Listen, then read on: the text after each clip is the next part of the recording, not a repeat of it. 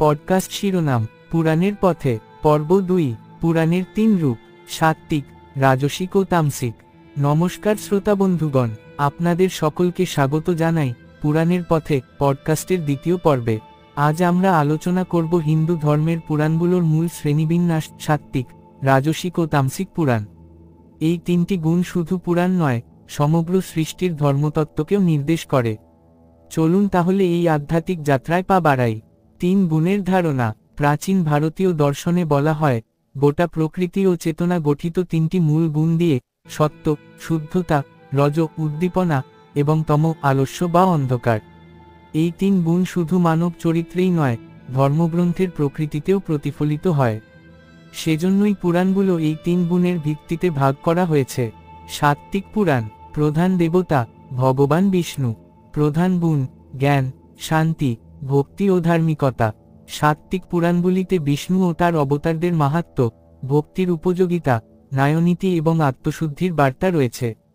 এই শ্রেণীর পুরাণগুলো হল: 1. বিষ্ণু পুরাণ, 2.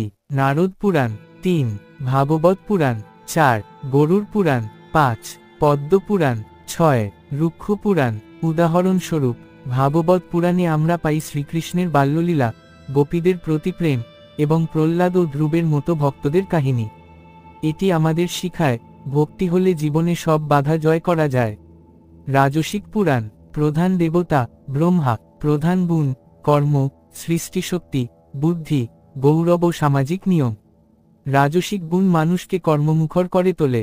রাজসিক পুরাণগুলো মূলত সৃষ্টি, সমাজ ব্যবস্থা, রাজধর্ম, ন্যায় নীতি এবং ঐতিহাসিক বিবরণে ভরপুর। এই শ্রেণীর পুরাণগুলো হল: 1. ব্রহ্মাণ্ড পুরাণ, 2. ব্রহ্মবৈবর্ত পুরাণ, 3. মার্কণ্ডেয় পুরাণ, 4. ভবিষ্য পুরাণ, 5. বামন পুরাণ, 6. রুক্ষ পুরাণ। দ্বৈত শ্রেণীতে পড়ে রাজসিক ও সাত্ত্বিক। উদাহরণস্বরূপ, ব্রহ্মবৈবর্ত পুরাণে আমরা দেখি রাধা কৃষ্ণ তত্ত্ব, যেখানে রাধাকে আদ্যাশক্তি হিসেবে প্রতিষ্ঠা করা হয়েছে। এটি গৌড়ীয় বৈষ্ণব ধর্মের ওপর গভীর প্রভাব ফেলেছে। তামসিক পুরাণ। প্রধান দেবতা মহাদেব শিব। প্রধান গুণ ধ্বংস, পুনর্গঠন, গোপন শক্তি, তন্ত্র ও অলৌকিকতা। তামসিক গুণ মানে অন্ধকার নয়, বরং এটি লুকায়িত শক্তির প্রতীক। শিব, তন্ত্র, যোগ, প্রলয় ইত্যাদি এই পুরাণগুলির মুখ্য বিষয়। এই শ্রেণীর পুরাণগুলো হল: 1. মাতস্য পুরাণ, 2. কুর্ম পুরাণ, 3. লিঙ্গ পুরাণ, 4. শিব পুরাণ, 5. স্কন্দ পুরাণ, 6. অগ্নি পুরাণ। উদাহরণস্বরূপ, লিঙ্গ পুরাণে মহাদেবের অনাদি রূপ লিঙ্গ এর মাধ্যমে বোঝানো হয়েছে সৃষ্টির আদিলীলার রহস্য। তন্ত্রের সূত্রপাত এবং যোগসাধনার পথ এখানেই বিশেষভাবে উল্লিখিত। এই শ্রেণীবিন্যাসের তাৎপর্য।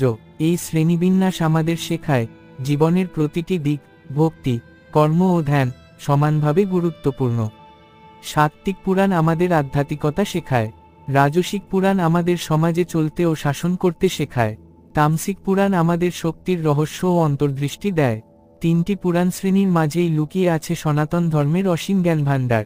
এই ছিল আজকের পর্ব, সাত্ত্বিক, রাজসিক ও তামসিক পুরাণ নিয়ে এক আধ্যাত্মিক ভ্রমণ। আপনাদের যদি ভালো লেগে থাকে, তাহলে অবশ্যই পরবর্তী পর্বে ফিরে আসবেন, যেখানে আমরা এক এক করে প্রতিটি পুরাণের গভীরতর ব্যাখ্যা করব। পরবর্তী পর্বে থাকছে বিষ্ণু পুরাণ, ন্যায়ের পথে ভগবানের 10 অবতার। পর্যন্ত থাকুন শান্তিতে, থাকুন জ্ঞানে। নমস্কার।